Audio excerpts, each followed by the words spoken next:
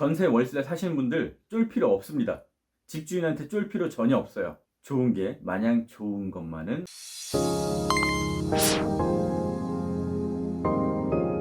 전세 월세 이 임대차 계약을 어려운 말로 하면 쌍무 계약이라고 합니다. 서로 쌍이죠. 서로 의무가 있다. 이렇게 양쪽 다 가리키는 쌍무 계약입니다. 우리 욕할 때 쓰는 쌍 말고요. 집주인은 집을 빌려주면서 돈을 받고요. 세입자는 집을 쓰는 대가로 돈을 주게 되죠. 일정 기간이 지나면 나중에 서로 집과 돈을 돌려받고 서로 계약을 끝내게 됩니다. 그래서 일종의 비즈니스 관계인 거죠. 서로 사업 파트너인 셈인데요. 지금 자가 비율이 43% 정도 됩니다. 10명 중 6은 남의 집 살이를 하고 있는 겁니다. 그런데 이렇게 열의 6, 비즈니스 관계라고 말씀드렸는데요. 서로 대등한 위치는 아니에요. 기울어진 운동장 같습니다.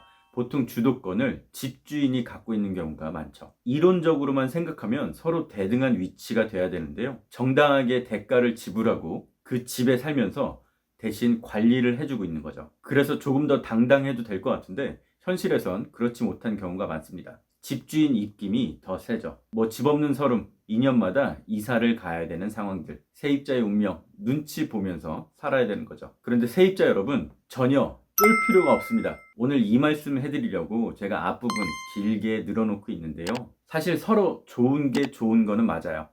괜히 집주인 심기 건드렸다가 그리고 집주인하고 사이가 나빠져서 득볼 게 전혀 없습니다. 꼬투리를 더 잡힐 수도 있겠죠. 억울하게 쫓겨나야 될 수도 있을 거고요. 그래서 자신이 세입자라면 좀 더 좋은 게 좋은 거란 마인드를 가질 필요가 있습니다. 좀 더 관대하게 내 삶에 큰 피해를 주지 않는다면 집주인과의 사이는 원만하게 유지할 필요가 있습니다. 우리 맨 처음에 임대차 계약을 할 때 계약서를 쓰면서 문서화 시키는데요. 둘 사이의 약속, 계약 내용들을 서로 문서로 보관하게 되죠. 그런데 현실, 좀 더 우리 삶으로 들어가 볼까요? 계약서엔 적혀 있지 않은 다양한 일들이 벌어집니다. 예를 한번 들어볼까요? 아마 이런 경우 있을 거예요. 다음 세입자를 구해야 되니 내가 집을 내놨으니 누군가 집 보러 오면 잘 좀 보여달라.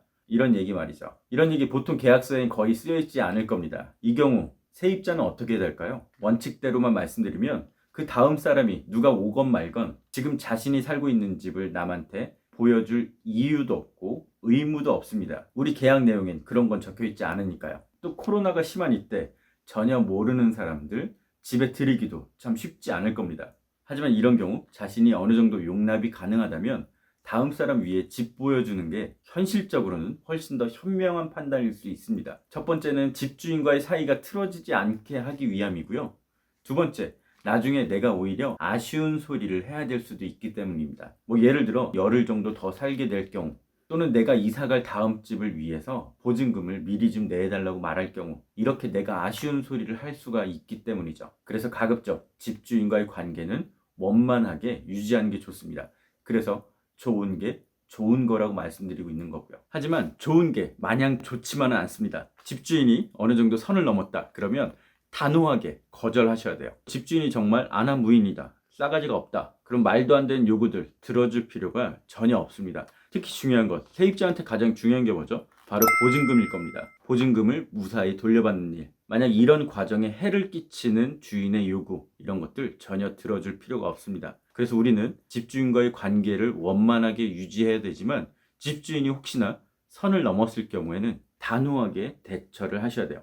다행히도 우리나라는 이런 세입자를 보호하기 위한 법이 제법 꽤 잘 갖춰져 있습니다. 아예 법 자체가 따로 만들어져 있어요. 주택임대차보호법, 상가임대차보호법, 말부터가 보호법입니다. 사회적 약자인 세입자들을 보호하기 위한 법. 여기에는 임대차 갱신에 대한 내용도 있고요. 보증금을 보호할 수 있는 방법들, 그리고 보증금을 돌려받지 못했을 경우 어떻게 해야 되는지 다양하게 담겨 있습니다. 그래서 간혹 집주인의 얼토당토 않은 얘기들에 세입자분들이 고민하고 고통받고 어쩔 수 없이 들어주는 경우가 있는데요. 이거 하나 꼭 명심하고 가셔야 돼요.